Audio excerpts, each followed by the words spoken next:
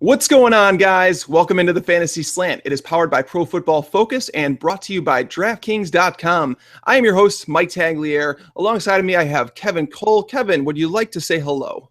Hey, how's it going, guys? Hey, guys, we are back here.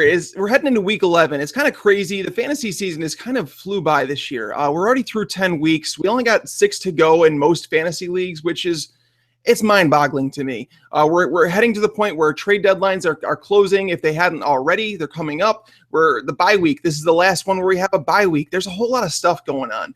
We're going to talk about every single game today. But on the news portion, I had a busy week last week, Kevin. Not only did I have that back procedure that I had talked about for quite a long time, I found out my wife is pregnant. So we have a baby on the way, which is pretty exciting news. And I have the flu kind of somewhat right now. So bear with me if I have a few moments where I just pass it along to Kevin, have him talk for a while.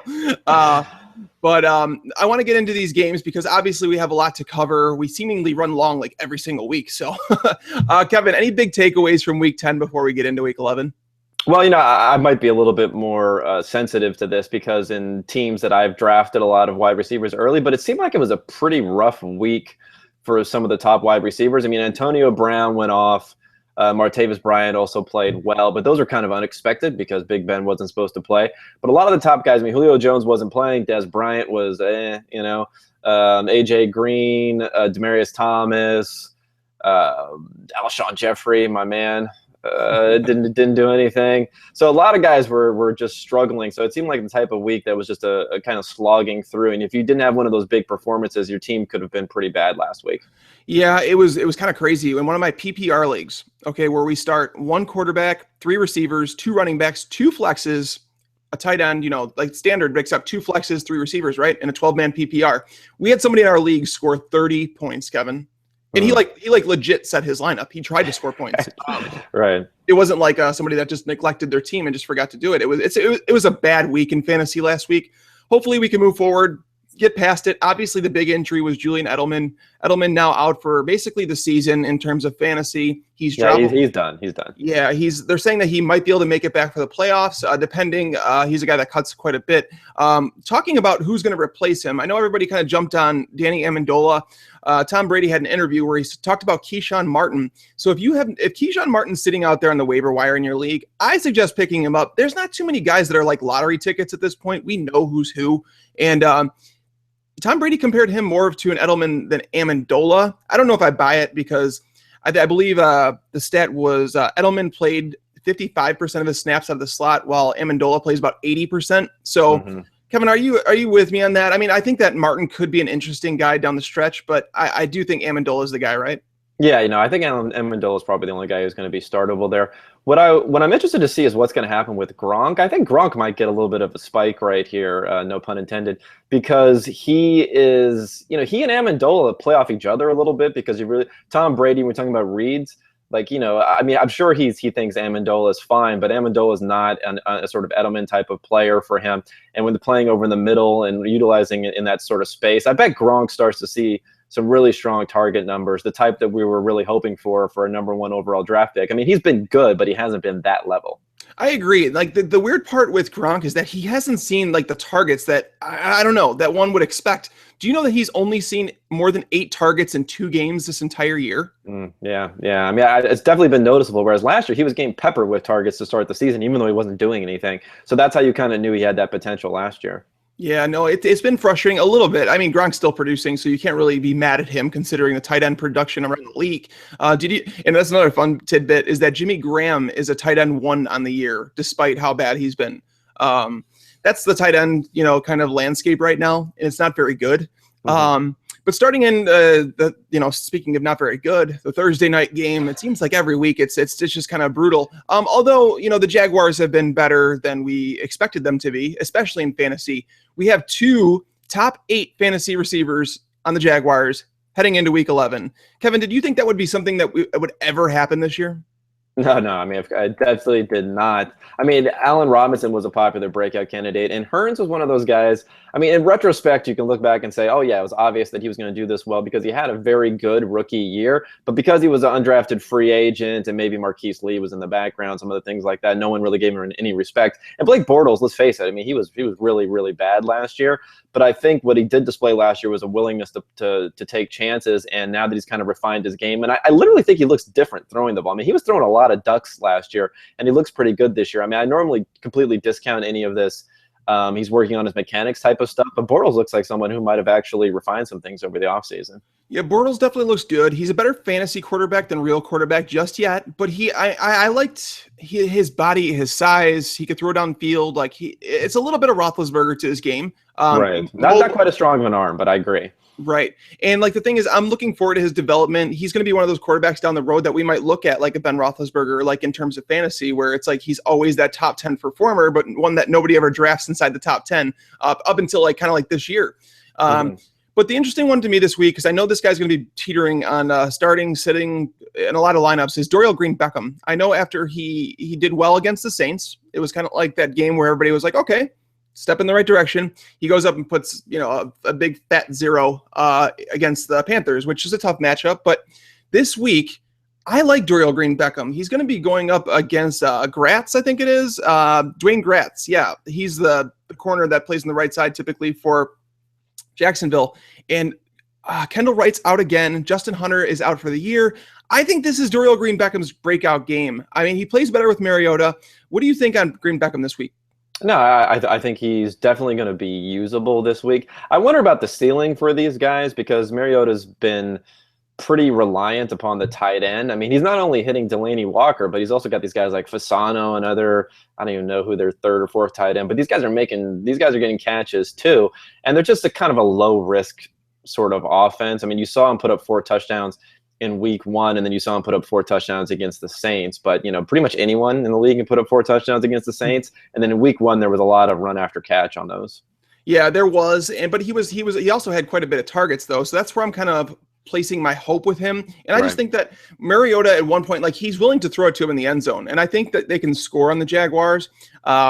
So I like Green-Beckham this week. I ranked him as a wide receiver 3. I do believe he's teetering right there. And if you want a high upside pick, he's my guy this week. But moving on from that game, let's go into the Rams and the Ravens. There's obviously a quarterback change. Case Keenum. What do you think about it, Kevin? I don't know. Keenum's pretty bad. I mean, Foles wasn't playing well, that's for sure. Although, there's nothing too exciting about the Rams passing offense. If you look at who they're throwing the ball to, I mean, Quick hasn't been doing anything. Britt is somewhat of a has-been at this point. Jared Cook is Jared Cook. And they were kind of just taking the air out of the ball and giving the ball to Gurley. So I don't know if the change is really going to make much of a difference. I guess Keenum was kind of known for someone who's willing to take chances down the field, but then Foles also is known for doing that. So I don't expect much of an improvement. Yeah, I kind of view it as the same offense, to be honest. I mean, Jeff Fisher, I don't know. I know our pal JJ, he talks about it all the time that Jeff Fisher's an awful coach. And I think he's along with Wisenhunt, like to where these guys have jobs consistently, and I don't know how they get them. I'm not a big Jeff Fisher fan. I'm really not. And the way he designs the offense, I don't know if it fit Nick Foles. I don't know if it's going to fit Case Keenum. They need to hand the ball off to Todd Gurley, 20 times a game. That's just the only way that this team's going to remain relevant. Keep their defense off the field. But on the other side, the Ravens this week, Justin Forsett, he's got to be one of the biggest disappointments in fantasy. I know that he's like the number 20 running back on the year, but that has more to do with health. Not many people have stayed healthy this year long enough to remain in those ranks. But Baltimore has now lost their starting center for the year. There's nobody to throw to. Justin Forsett's not catching the passes that we thought he would. How do you view Justin Forsett going forward? Yeah, it's tough. I mean, I don't know if he's played particularly poorly. It's just the Ravens are throwing the ball a lot, and it was in this offense, everyone was banking on the fact that the running back would be very involved in the passing game because of the fact that it's Trestman offense. We saw what we did with Forte last year, and they talked it up during the offseason also. It's not like everyone was just making that assumption, but there wasn't also talk from the team. I think that's just kind of the problem, that they're just not getting anything going in the running game, and then also he's not being heavily involved in the passing game. It's making things very difficult. Yeah, he's only had more than 69 yards on the ground twice this year. Obviously, that's a little disappointing considering he's like pretty much the clear-cut workhorse on that team. The Ravens as a whole, their offense is struggling, which is quite odd. You would think Trestman going there would give them a bump. It hasn't worked out. I mean, he's averaging 4.2 yards a carry, so he's not doing that poorly. But if you look at his receptions, he has 31 this year. I mean, he had 44 last year, so he's not even on necessarily a much better pace than he was last year. And he was that number was supposed to. People were hoping it would be up, 60 plus. Yeah, and where I put my faith in that is like everybody might be like, well, Flacco just doesn't like to throw to the running back. I don't know if people forgot about the fact when Ray Rice was there, like he threw to Ray Rice a lot, like a ton, like it was wide receiver type targets. So that's where I was placing my hope on Forsett. That's why I think it's just been disappointing for me as a whole. But he's more of just like a flex option against this Rams defense. I see them bouncing back sooner rather than later. But yeah, we don't need to talk too much on that game. Going on to the next one, the Redskins at the Panthers. The Panthers are still undefeated. Is this a Super Bowl contending team? No, I don't think so. I don't think so. I mean, anything is possible. I think that the defense is playing pretty well. And in the NFL, it's a win and go home sort of system in the playoffs. So it's definitely possible, but I don't think they're in the same tier, at least offensively, with the other teams. I agree. And I don't know, because it's funny because I was at a wedding last weekend and one of my relatives was in from Carolina and she's just like, what do you think about the Panthers? And I was like, they're obviously playing well. I don't think it's a team that I would expect to see in the Super Bowl or even the NFC Championship game for that matter. I just think that its regression is going to come for them. The defense can only hold up for so long. And I know Cam Newton's been playing well. Don't get me wrong. He has. I just don't think it's as great as everybody says it is. I mean, granted, he's a game-changing quarterback when it comes to his rushing abilities and things like that. But throwing the ball, we know that bad Cam can come out. It's almost like Jay Cutler. Jay Cutler's been playing really well this year. And I've been a supporter of Cutler for a long time, but he's playing a little bit over his head. Like I'm not going to pretend that that's not true. Cam Newton's going to need a receiving threat. Now, Devin Funchess has taken a step forward in the last few weeks. Are you starting to feel more comfortable? Do you think that people should pick him up off a waiver wire piece sitting there? What's your take on Funchess? I drafted him a lot this year, so I mean he's okay, but I'm not really holding on to him in a lot of places just because his snaps aren't going up. I mean he's making more catches. I'll give you that. He's caught 6 of his last 7 targets or 7 of his last 8 targets where he was dropping 50% of them before. So he has that, but they still aren't using him anymore and they're winning. So if they're not going to commit to using him anymore, his ceiling is so low that you can't really feel comfortable starting him. Yep, he has not seen the more than 33% of snaps since way back in week 4. I mean, it's perfectly flat over the last 4 or 5 weeks. It's not trending up at all. Yeah, he's playing better, so hopefully that allows him to see more playing time, but it's definitely frustrating. On the other side, Deshaun Jackson, Pierre Garçon, if you had to pick one of them to start this week, who would it be? I think Deshaun Jackson. I think I always like a ceiling. I'll agree. I agree. Moving on to the Broncos, man. Peyton Manning's benched. Okay, we can't call it benched, I guess, can we? Sure. we'll call it benched. I mean, how many times do you see these injuries? Like, it's amazing how some guy stinks and it's like, oh, he's got plantar fasciitis. I mean, plantar fasciitis. Peyton Manning wasn't going anywhere anyway, so it's like I don't know if it's really affecting him that much. But well, I mean, I guess the truth will come out next week. Yeah, no, and I don't know what's going on with Peyton, but I found it was crazy. Our own Tyler Lochner, he posted a stat about Peyton Manning that in week 10, Kevin, did you know that he had the highest average depth of target? I did not know that.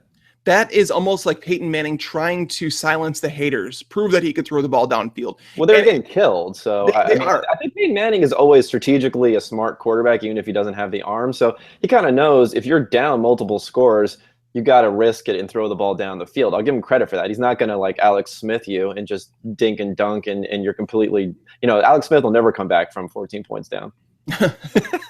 Wait, hold on a second. No, maybe not. Seriously, I don't know. I don't know if Alex Smith has ever come back from like more than 10 points in the second half or something like that. That's a good stat. Could somebody look that up for us and let us know? Hit us up on Twitter. Aaron Rodgers hasn't. Believe that. What?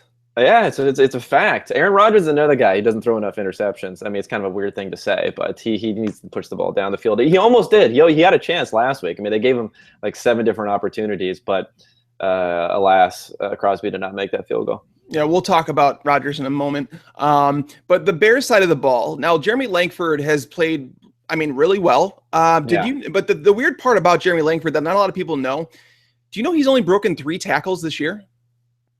I did not know that. Yeah, it's kind of crazy. And like you would think, with all the yardage that he's put up the last couple of weeks that he would have done that, but no, like he was practically untouched on the play where he the screen pass, right? Yes, he was untouched. Actually, Jeremy Langford averages, I think it's the least yards after contact in the league for running backs. If I'm not mistaken, I think that was the stat I found, which is kind of crazy. I think Matt Forte, I think he comes back this week, and I think people that own Langford, if you're able to trade him right now, I would actually do it. I mean, not to say give him away, but if the Forte owner in your league wants insurance, trade him now. You'll probably never get better value than you would right now. I just think Forte is going to take over the split 80-20 when he returns. I don't know. But Alshon Jeffrey, on the other hand, now he's nicked up. Kevin, talk to us about your guy. Yeah, I don't know. He's always been nicked up. I mean, last week was a pretty strange game. I mean, number one, the Rams weren't a great matchup, so I was aware of that going into it. But when you have Langford take a screen pass for 80 yards, and then you have Zach Miller, I mean, like, what happened to the Rams? How can you not catch him from behind? He took another pass for, was it 83 or 77 yards or something like that? That basically just wipes 2 possessions off of the slate for the Bears, and they weren't exactly pushing the pace or pushing the ball down the field with the lead. So it just was a bad setup for Jeffrey, and then those 2 plays just really took Jeffrey out of it completely. Yeah, game script was against him. Like I said, we knew it was a tough matchup against St. Louis, but game script was completely not in his favor. I think he only saw 4 targets. Expect that to increase against the Broncos. And I think that Alshon's good enough and will get enough targets against the Broncos where he'll actually be okay. Now, I think so also. I mean, but I could see people being nervous about starting him in this matchup. Well, I could too, especially with now 2 injuries popping up on the injury report. So I would understand that as well. Now, on the other side, I know some people have talked about, should I bench Demaryius Thomas? Should I bench Emmanuel Sanders? Sanders, maybe. He's not healthy, obviously. But Demaryius Thomas, I think he's going to be just fine. Kevin, do you think that Demaryius Thomas could potentially be better with Brock Osweiler? I don't know. I mean, I understand why that sentiment may be out there. I mean, Peyton Manning has really been that bad. It's more of a wait and see. I mean, I think there's definitely the potential for that. It's just going to be interesting to see how Osweiler distributes the ball, because Peyton Manning was really just throwing it to Sanders and Thomas almost exclusively. I mean, there's some games where he was mixing it into the tight end, to Daniels and to Virgil Green, but I think we're going to have to just kind of wait and see. I don't think it can get much worse, though. That's where I'm at with it. And the thing is like I wanted to go back and I wanted to look at Demaryius Thomas before Peyton Manning, because I was like, as I recall, Demaryius was pretty good. He just dealt with some injuries. So I went back, and the year before Manning got there with Tebow, okay, from week 13 through the playoffs, there were 7 games in there. Thomas, 35 receptions, 745 yards, and 4 touchdowns. He averaged 14.1 fantasy points a game with Tim Tebow. So I think Demaryius Thomas, he's due for some touchdowns. Like that's beyond expectations right now. He only has 1 on the year still. The Bears secondary is not very good. Kyle Fuller hasn't turned out to be the corner we thought he would. The Bears are better against the run, but I think they're going to struggle against Demaryius Thomas, and I think he's a wide receiver 1 this week, so I do suggest you get him in your lineup. I don't bench him. I play him this week. Emmanuel Sanders, maybe, on the other hand. Give him a week, see how he responds, with the injuries and all that. Well, you're a Bears expert. It looks like they're actually favored in this game now that Osweiler's there. I'm kind of shocked to see that. Do you think they should be? Well, they have a 1.5 point favorite. Typically, you get 3 points for a home game. So they are favored, but they're not. With the way Cutler's been playing, honestly, I've been waiting for the bottom to fall out. I'm not gonna lie. Like I said, I've been a Cutler supporter. I think he was unfairly hated in Chicago. He's never going to be that. He's never going to be Tom Brady. Just get over it, guys. But he's better than over half the quarterbacks in the league. I've said that for a long time, and he's played so much better under Adam Gase. Like I know John Fox is getting a lot of the credit, but Adam Gase deserves a ton of it. Like a ton of it. And I mean, think about what he did even with Peyton Manning last year. I mean, look what Peyton Manning's doing this year. Like, I've doubted the Bears long enough. I thought that they would lose against St. Louis to where now it's like I'm starting to believe. And of course, when I start to believe, they're going to lose to the Broncos. But their defense is better than expected, and Cutler's playing actually very well. So I give them a shot in this game. I don't think they win, but I do give them a shot. I think 1.5 line. I think that line is fair. I really do. Yeah. But moving on to the Cowboys and the Dolphins, Tony Romo's returning from the IR. Did you see the tweet that he did on Twitter? No, I missed that. He tweeted out the Major League, the movie Major League, where they're standing there in the locker room, and Jake Taylor, the catcher, stands up and he goes, "I guess there's really only one thing to do: win the whole effing thing."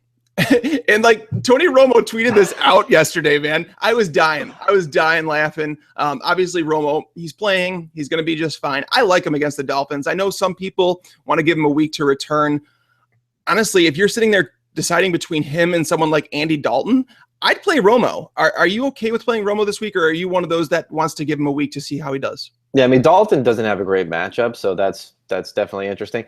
It's funny with Tony Romo because, I mean, I've always liked Tony Romo a lot, but I feel like this absence he's so underrated that he's overrated at this point. Almost like people are expecting, a lot from him coming back in. I think everyone thinks Dallas is just gonna start crushing people, but they are on the road. It is an even game, so we'll end up seeing what's happened. I think for the Dallas offense, more than anything, Darren McFadden is someone who could benefit here because he's just getting this tremendously valuable workload, but the team couldn't move the ball. So now a running back with Tony Romo and that sort of workload, like a DeMarco Murray type workload from last year, it'll be interesting to see what he can do because the workload sometimes matters more than the talent. It really does. And I think McFadden's been playing better than people expected this year. And I agree that Tony Romo's presence there helps Darren McFadden more than just about, maybe Des Bryant. It benefits as well. But what do you think about Des Bryant? I watched some of that game. I mean, that game-ending interception. I don't know, man. He does not look – he does not look good. Well, I actually talked about that a little bit in the paper I wrote. And Des Bryant, here's the thing. I own Dez in Dynasty. I own him in a few keepers. I watch Dez a lot. Like, Dez is one of my players in the NFL that I keep a close eye on. He has a tendency to wish for a pass interference call rather than fight for a ball. I know a lot of people question whether or not, was the injury a factor?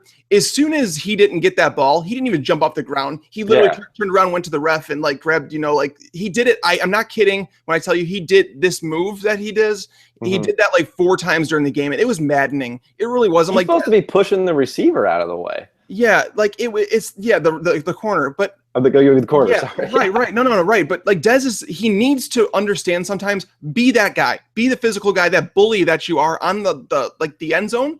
In the end zone when he goes up for a ball, he fights for it. Yeah. He doesn't do that enough when you're in between the 20s. He really doesn't. And I know that was a deep ball. Dez needs to stop wishing for pass interference calls and start fighting for more of those jump balls. He looked like he had a little hitch in his gait. He didn't practice yesterday, which is probably pretty typical. But I would keep an eye on that. I wonder how that foot's doing. Yeah, it's possible, but the fact that he turned around right afterwards and went to the ref and was just like, "Oh, pass interference," it upset me.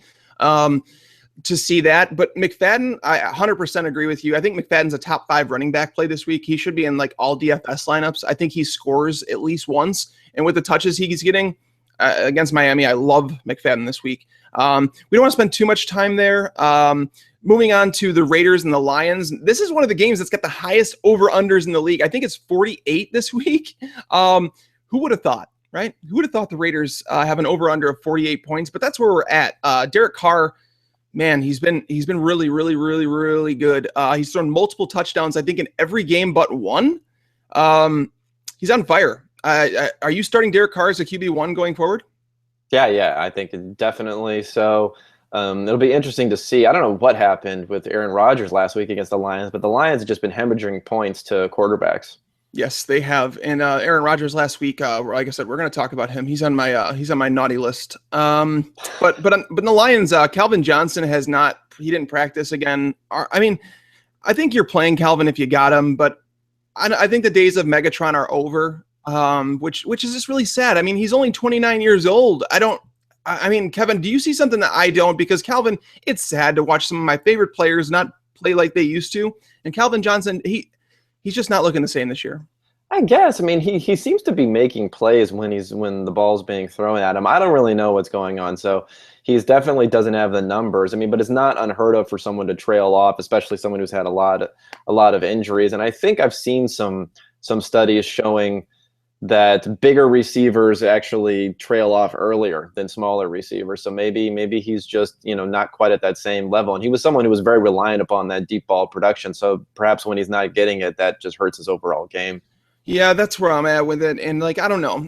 We're heading into week 11 and Calvin has 0 multiple touchdown games. That just doesn't happen. Calvin Johnson is that goal line threat. I mean, the Lions offense is in turmoil. There's no better way to put it.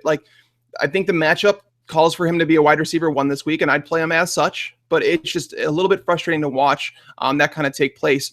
Amir Abdullah, he's basically droppable at this point. I don't even know if an injury would help him. I think his confidence is shot. I think Theo Riddick's ahead of him. Joique Bell's ahead of him. I try and stay away from that backfield if possible. I guess in a PPR, Theo Riddick. Any thoughts in the backfield in Detroit, Kevin? Yeah. I think Theo Riddick's probably your only play in PPR. Very good. All right. So the Jets and the Titans are playing. Ryan Fitzpatrick. It's his revenge game, Kevin. I guess. The Texans, it's funny because I've seen the stat. It pops up all over the place. Shouldn't you be happy?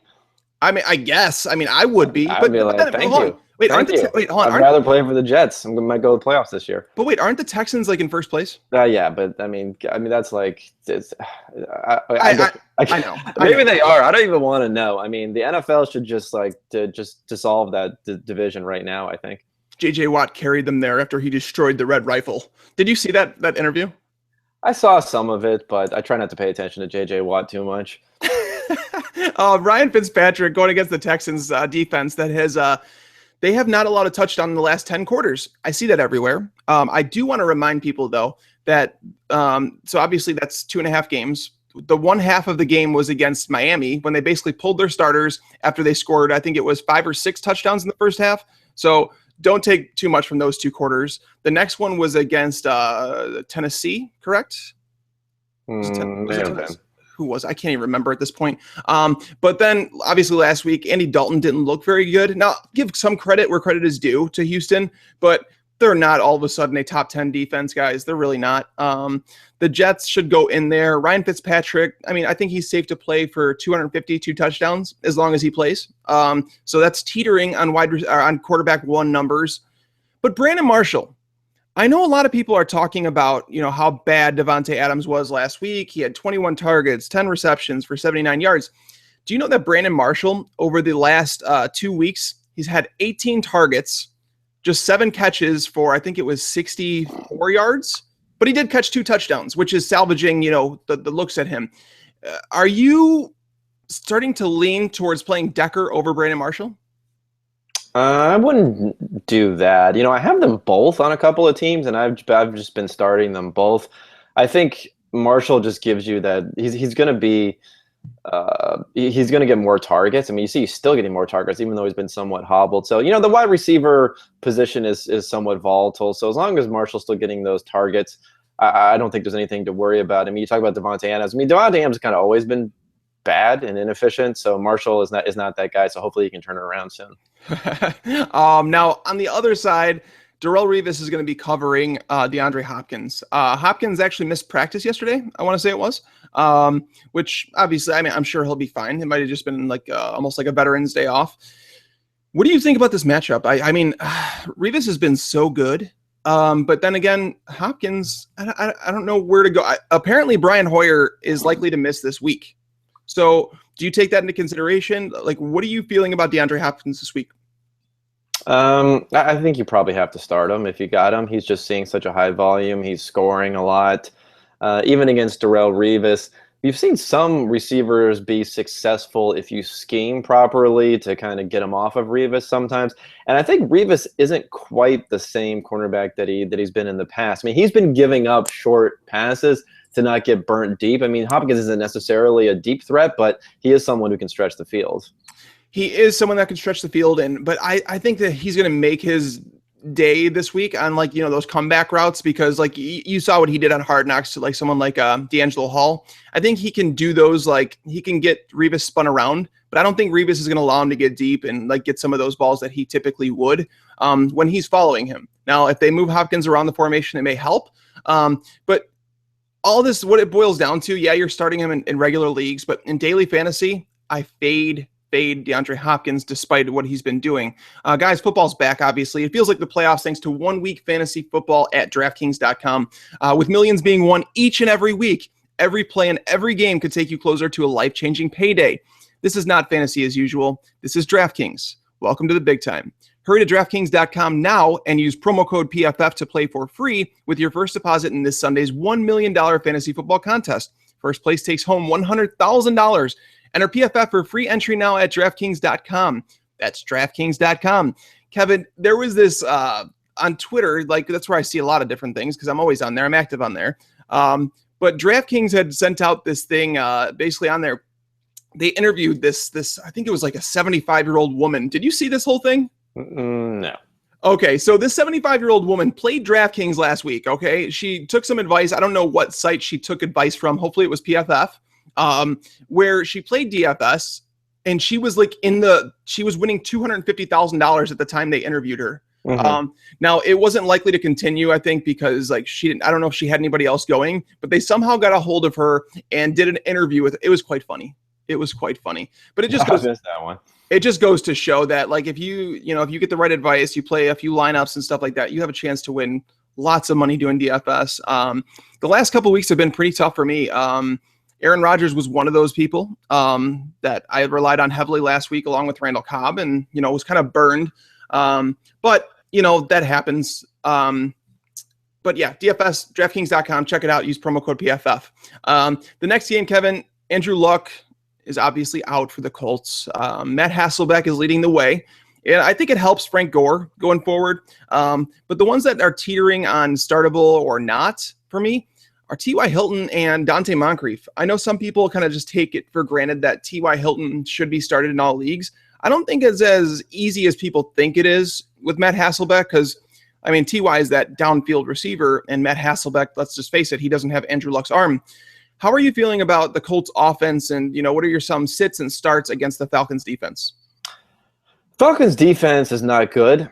That's not a controversial statement. I think the downgrade from Luck to Hasselbeck, I mean, I don't know if it's really necessarily that poor. I think guys like T.Y. Hilton and Moncrief, I mean, you want to downgrade them slightly, but I wouldn't sit them for clearly inferior options in a good matchup. So if you're going to start these guys with Hasselbeck, this would be the game to do it.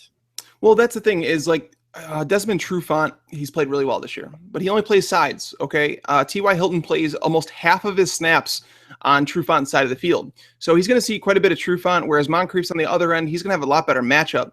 I think it might benefit the tight ends and Andre Johnson, if anything. I mean, Andre Johnson, if you remember, he scored 2 touchdowns that game with Matt Hasselbeck in Houston, but I don't trust T.Y. Hilton or Dante Moncrief going forward, and it's sad to say. I liked Moncrief. I mean, I think that Matt Hasselbeck may be better for the Colts right now as a short-term option to win games, like as a football option, but I think he hurts their fantasy receivers. But like, here's a question for you, Kevin. If you were to start, if you had T.Y. Hilton and someone like Jordan Matthews, who would you start? I'd start T.Y. Hilton. Okay. Well, we'll check on that next week when we come back. Kevin, obviously, he's not too down on Hilton based on the move to Hasselbeck. I question a little bit more, but I do think it helps Frank Gore. I think Frank Gore sees more carries when Hasselbeck's under center. I think it's a game where they can remain competitive, and I think Frank Gore has a chance to score considering the Falcons have allowed over, I think, 10 rushing scores on the year. I just think that the Colts are going to start to rely on Frank Gore. And by the way, he was in my buy-sell piece this week. Frank Gore has the easiest playoff schedule for running backs. So if you can, go out there and trade for Frank Gore in your fantasy league. On the other side, the Falcons offense, I mean, we know it's Julio Jones. It's run through him and Devonta Freeman. Freeman should bounce back this week. But they're saying they're going to try and get Roddy White more involved. Kevin, are you buying this? No, I'm not buying it. I mean, but they could, I guess, just force him the ball, but I don't know why you would do that. He doesn't seem to be getting open. Yeah, Roddy White, it's sad to watch him and Andre Johnson against each other on the field this week, and they're two receivers that are just done. They're done.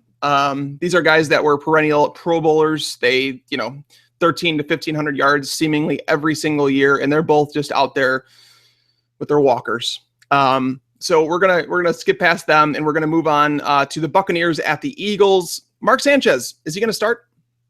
I think so. I mean, a separated shoulder and a concussion, those doesn't sound very good. And it's one of those situations where, I mean, Sanchez performed decently well last year, so it's not like you're sitting Tom Brady for what's his name? Jimmy Garoppolo. Garoppolo. I was about to say Garofalo. Garoppolo, but I knew that was wrong, so I didn't want to say it. Flashback for any Janine Garoppolo fans. I mean, Garofalo fans. I said it backwards again. So anyway, it's not that big of a step down, so I say why not? Yeah, I mean, I think that Bradford was on the borderline, like teetering on benched or not, like there for a while. I mean, Chip Kelly kept saying he was going to go with him because they were winning some games. But I think this is their excuse to go to Sanchez and let's see how it goes. And I think Jordan Matthews is actually a decent play. That's why I brought him up. Him with Mark Sanchez last year, he was a different player. He really was. He averaged 66 yards a game with him. He had 6 touchdowns with him. So right. I'm curious to see the connection if it's back. I know a lot of people assume that Zach Ertz is somebody that performed better with Sanchez, but that wasn't really the case after I went back and looked at the numbers. But on the other I think both. I mean, it's just tough because it's pretty small sample. They're spreading the ball out a lot. They've been running the ball a lot recently too. Mm-hmm. So if they continue to do that, last year they just weren't very effective running the ball. So that boosted everyone's target and reception numbers. I mean, Macklin was getting just an insane number of targets last year. So I just think the Matthew Sanchez thing, it's possible, but it's really difficult to hone in on, and especially when it's a touchdown dependent sort of situation also. Well, and you got to think that Lovie Smith's defense, the cover 2 in Tampa now, they allow the underneath stuff. They just don't want to allow the big play. They rely on turnovers. That's why I think Matthews is a solid play in zone coverage this week. Hopefully he doesn't get lit up across the middle. Did you see that hit, man? I was watching that game with my brother, and he's going across the middle, and you saw the ball in the air, and I was like, oh, this is going to be bad. This is going to be bad. And he catches it, and sure enough, just hammered. They keep running him across the middle, just like we talk about every week, and they don't change. And Matthews has paid the price a few times on it. I thought, hey, here's Kevin, you're not going to believe this, but I found a positive stat on Mike Evans. Okay. I mean, he's putting up positive actual fantasy points. He is. He has the 7th most yards per route run in the NFL. So that's a positive. He's caught just 1 touchdown. So the thing is, he's due for some touchdowns. We know that. He's 6'5". The guy's got to catch some touchdowns, right? Regardless of how I feel about him, he's a wide receiver 1 in this matchup. Philadelphia is not very good against the pass. They're better against the run. I like Mike Evans as a wide receiver 1 this week. He's burned me before, so I don't know. Take that as you will. But obviously you're playing him with the targets that he's seeing. It appears that Vincent Jackson's going to miss another week, along with Safarian Jenkins. Is Safarian Jenkins actually living at this point? I don't know. I finally cut him in a couple of leagues where I was keeping him hanging around. It's just, you can only wait so long. I guess they just really don't want to risk a shoulder re-injury, and it might be the smart move. Well, him and Brashad Perriman are hanging out somewhere together. Brashad Perriman is officially dead, at least at this point, so we can give up on that. And Victor Cruz as well. If you guys have been sleeping under a rock, Victor Cruz was dead from day one. I don't know why. I mean, Victor Cruz is one of the more puzzling draft picks to start the season, I have to say. I didn't get it. I had him ranked going into drafts outside of my top 50 receivers. Some people had him at 30, and I was like, why? I didn't see it. But he's out. He's officially out for the year. I don't know if his days in the NFL are done. I really don't. 2 years out of the NFL, it's pretty tough to come back, especially with the injuries he's had. Now, the Chiefs at the Chargers, there's been a whole lot of injuries for the Chargers, Kevin. Phillip Rivers, should people start to fade a little bit away from him with all the injuries? I mean, Keenan Allen at first, and now Malcolm Floyd. I know he said he's going to try and play, but their offensive line is just brutal. Ladarius Green's nicked up a little bit. I'm sure Gates should be fine at this point. But what do you feel about Phillip Rivers going forward? It's a tough one because Phillip Rivers was a a staple of some teams that had been doing really well for me this year. And it's one of those situations where in those leagues, I have one league, I think I also have Cam Newton, so I have some options. But then you just look at who else you're going to play, maybe off of the waiver wire, and no one else really jumps out at you. I think what you're going to get with San Diego is you're going to get volume. So that's good. They just can't run the ball, and they haven't been able to do it all season long. What happened with Rivers a couple of years ago is that last year his stats dropped off in the second half, but I think that was injury related. And then also Ryan Matthews was pretty effective actually running the ball at the end of last year and very effective running the ball at the end of 2 years ago. So they just don't have that same sort of option. I think you're going to have to continue slinging it. And, Keenan Allen is a great receiver, but he's not he wasn't, a world-changing type of receiver. He was still doing that possession role, which Stevie Johnson can probably at least fill into to a degree. And then Antonio Gates can continue to, dad run around and catch some passes. Dad run around loving it. Stevie Johnson, if we extrapolated his targets to what Keenan Allen was getting, Stevie Johnson, based on his targets that he's received this year, he would be on pace for about 1,300 yards and 8 touchdowns. That's borderline wide receiver 1 numbers. Now, definitely. I'm not saying that Stevie Johnson's a wide receiver 1 going forward. I think he's a strong 2. I think he's a really strong 2. Going against Kansas City is a little bit, it's hard to predict because the Chiefs secondary started out awful. They allowed 38.3 fantasy points per game to wide receivers over their first 4. But over the last 5 games now, they're allowing just 21 fantasy points a game to opposing receivers. Now, I mean, I'm not saying that they've all of a sudden become good because 21 fantasy points is still a decent amount. Right. And I think that Stevie Johnson is obviously the guy. I don't think Dontrell Inman is going to surprise anybody or anything like that. So I think while Stevie Johnson hasn't had a 100-yard game yet this season, he hasn't scored since week 2. I think this is a week where he might hit both of those numbers, to be honest with you, especially with how much the Chargers' run game is struggling. Agreed? Yeah. No, I think that's definitely true. I think it's just really just Gates and Johnson are the two guys in that passing game. No one else has really been able to show anything, assuming that Floyd is banged up. Well, Danny Woodhead, I mean. Oh, yeah, Danny Woodhead, definitely. It's more like the receiving options downfield. But still, Danny Woodhead's not going to put up over 100 yards receiving. You know what the crazy part is? This is where we are in fantasy today. Danny Woodhead is number 8 in standard scoring for running backs, and he's number 5 in PPR. Is that nuts, or is that just me? Well, it's not really a high bar anymore to get inside the top 10. But no, I mean, it is pretty crazy. I mean, you have someone like Melvin Gordon there who you really hoped would be the guy. He drafted number 15, I believe, overall, and, just nothing. Charkandrick West, man, after the 1 week where he didn't look very good, I believe it was against, who was it against his first week that he played? Was it against Pittsburgh, or was that the second week? I think it was, I can't remember now. Yeah, I'll have to, I think it was against the Vikings.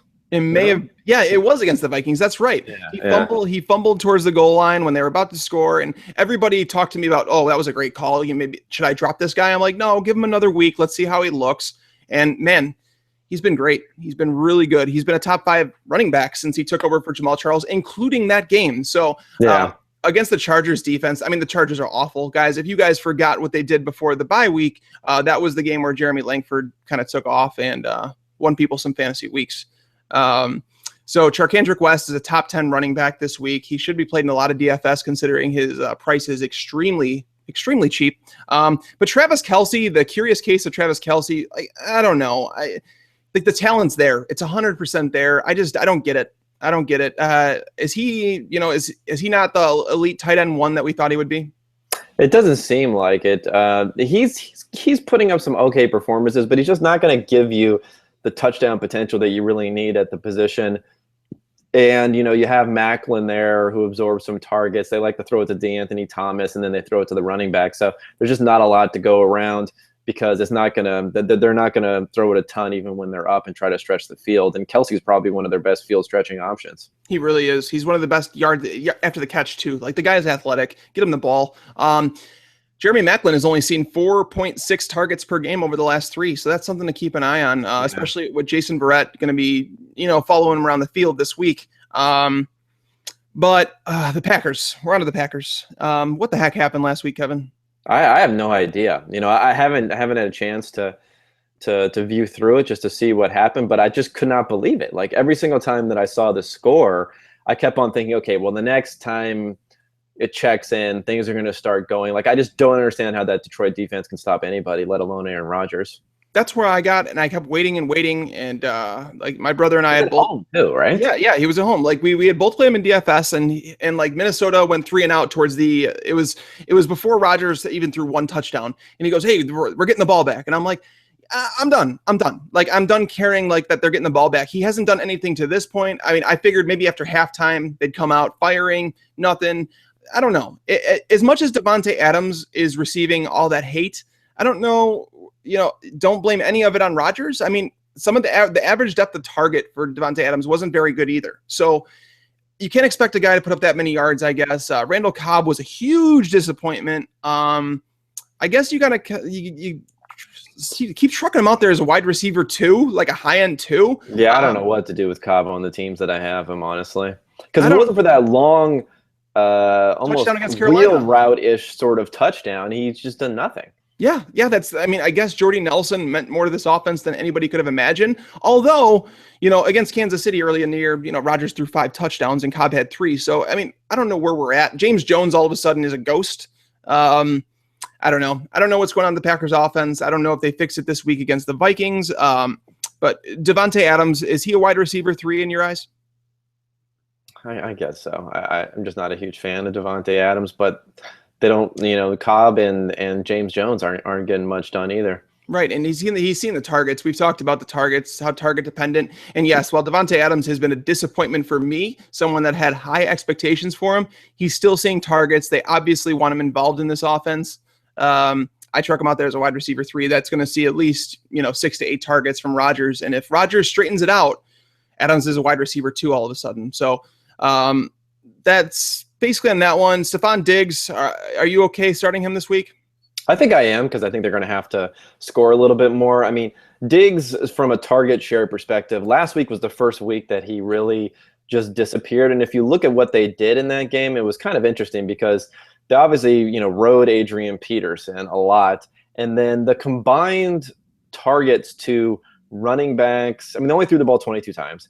And then the combined targets to running backs and tight ends was insane. I forget what it was. It was something like, 12 or 14 of those 22 targets went to those guys. So there just wasn't much going around, and that kind of hurt Diggs. But this week, I don't see that being the case. I don't either. I mean, that's what I was banking on with some of the Lions last week, that they would be down against the Packers and need to throw a bit. That didn't really happen. But, you figure this Packers offense has got to turn around sooner rather than later.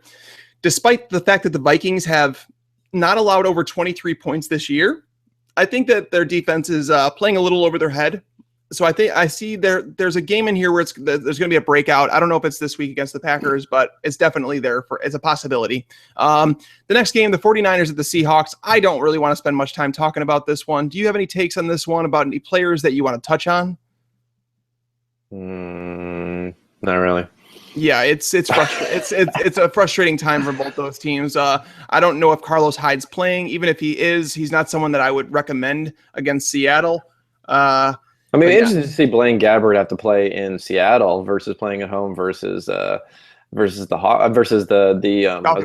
Versus the Falcons, yeah. I think you start Seattle everywhere. I think they're worth the price of admission for DFS. Do you think? Yeah, definitely. Yeah, the Bengals at the Cardinals. The Bengals, what Andy Dalton turned into Andy Dalton on Monday night. Man, not to say that I was hoping for that. I really wasn't, but it was almost like I was expecting it to happen. I know that when Andy Dalton a couple of years ago was the number 4 fantasy quarterback, he had a few games in there where he literally cost you the game. That's exactly what happened last week. And if you have Andy Dalton on your fantasy team now and have been relying on him, keep in mind that he plays Denver in Week 16. That's obviously an issue, but the bigger issue for me is AJ Green. Why is AJ Green not getting targeted, Kevin?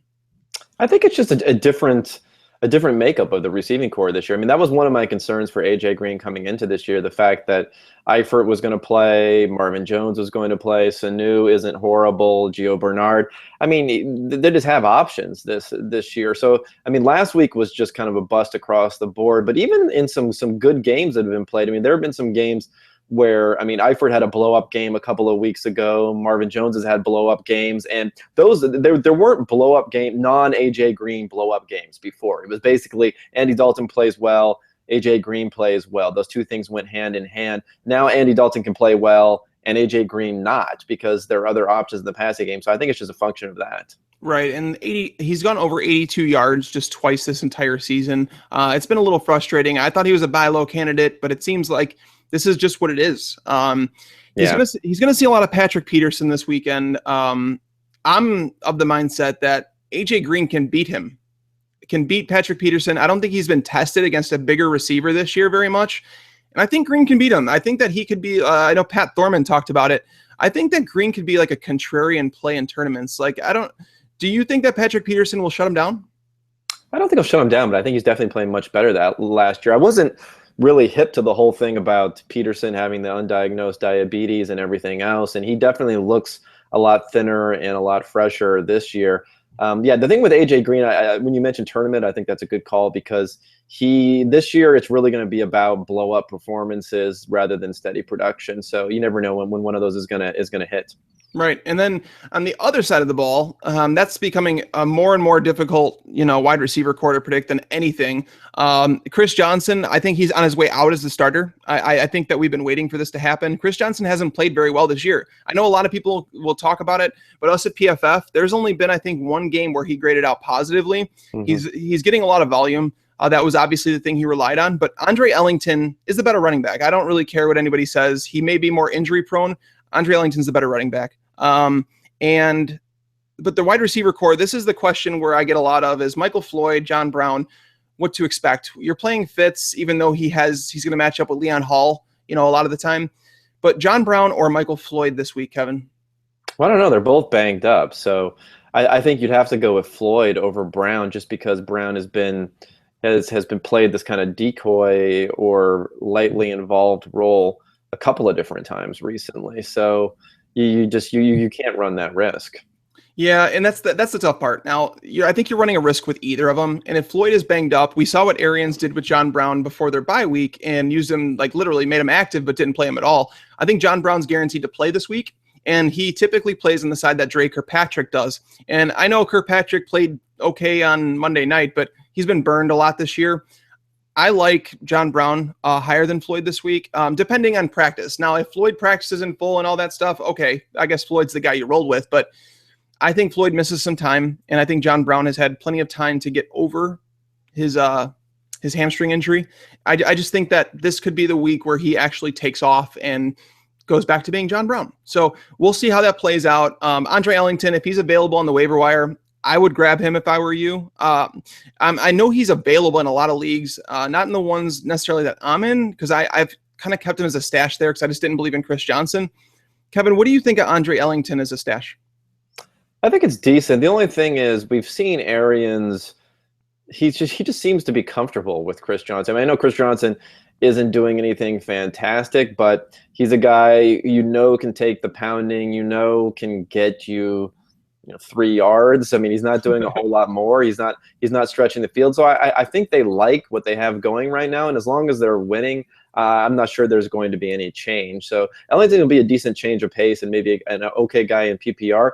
But to think that he's going to supplant Johnson as the workhorse, I just don't know if I see that happening. It's anything's possible, but I don't know if Arians is going to feel compelled to do something. No, that's fair enough. And like I said, I don't know if I view him as a flex option just yet. He's close. I think this week he actually could be a flex option, Andre Ellington. This week I think he could be. Yeah. But we'll see how that pans out. I just feel like he's like a guy that you could stick on your bench and hope for that upside. If it does happen, then you could stick him in a high scoring offense. So the Monday night game, the Bills at the Patriots, these two teams played each other back in week 2. We know it was a high scoring affair. Do you think it's going to be something similar here in week 11, Kevin? I think it'll be decent scoring. I mean, I expect there to be points. I mean, the Patriots seem to match up well against the Bills, so hopefully they can stretch the field. I think this would be a good game potentially for James White. I know he just kind of laid an egg last week, and no one's really excited about him. I mean, the thing is, I was kind of saying for people that were asking about James White when Dion Lewis went down that I think he's actually going to be like Shane Vereen-ish, but worse. So he's going to be even more kind of game script dependent, even less reliable. But if you looked at what the Patriots did in week 2, I think it was, against the Bills, they threw the ball an insane amount of time, even though that they were up by a bunch. So maybe they'll do that again this week. Yeah, no, and I think that you're right on. You're right on with that James White call. I know he's risky, but I mean, who isn't in fantasy at this point in the year? Like it's difficult to predict what's kind of going on week to week. Rob Gronkowski, we talked about him. He should see more targets, and he destroyed this defense last time they played for almost 115 yards and a touchdown. Buffalo has 2 great corners on the outside. So Brandon LaFell, I'm fading him this week. I've been aboard Brandon LaFell the last few weeks. I'm fading him this week against, Stephon Gilmore. He's going to be the one primarily in coverage against him. And then Keyshawn Martin, I'm more of like a show me type thing. But Nickel Roby is the slot corner for them, and he's allowed quite a bit of production. So Danny Amendola, this could be the week where it's like, okay, I guess this is the Edelman guy. I don't know if he scores 2 touchdowns like Edelman's been doing, but I think Danny Amendola is a solid wide receiver too. No, I think he's a decent. I think he's a decent wide receiver too. But like I mentioned a little bit earlier, I think this could be a Gronk game where he puts up a lot of points. I agree. I think it could be like a 2-touchdown, 100-yard game for Gronk. He's somebody I'll probably pay for in DFS. But yeah, that wraps up the games, the slate of games, guys. Next week, I know we're going to come back and we're going to have every single team playing, so it may not be able to talk about as much at every game. But Kevin, do you have any parting thoughts you want to give anybody before maybe their trade deadline's coming up or heading into week 11? Any thoughts? Yeah, I mean, I think for a trade deadline perspective, you're going to want to narrow down those rosters. Maybe go ahead and add some handcuffs that are just floating around out there that no one seems to want. I mean, now that Christine Michael, we still never figured that out, is gone. Rod Smith is a guy maybe that you can pick up behind McFadden that could end up doing something. So, if you just look around the league and see if you can find guys like him, maybe Tim Hightower behind Mark Ingram, some other guys that just nobody is really interested in that you can store on your bench, and maybe one of those lottery tickets will pay off now that you don't need depth with the bye weeks gone. Yeah, I know the Cowboys went out and picked up Robert Turbin as well. So, I mean, I don't know. They're just picking up a bunch of Seattle running backs that have been released. So I guess they're hoping to strike gold there. It hasn't really worked out. And Christine, whatever, I don't know. He went unclaimed on waivers. I think he might be done in the NFL, which is kind of weird when you think about it. After around peg, right? I mean, it's kind of crazy. It is really crazy. I guess he just doesn't have it upstairs. A lot of people were yelling at him about that. But that wraps it up, guys. Obviously, make sure that you can subscribe to us on PFF Radio on iTunes, listen on Stitcher, Blog Talk Radio, as well as watch the show on YouTube and Fantasy Sports Network. If you'd like to talk to Kevin and I, while we're not here, you can hit us up on Twitter. He is at Cole_Kev. I am at Mike Tagliere NFL. That wraps it up for Week 11. Good luck, guys, in your matchups, and we will see you next time. Until then, lights out.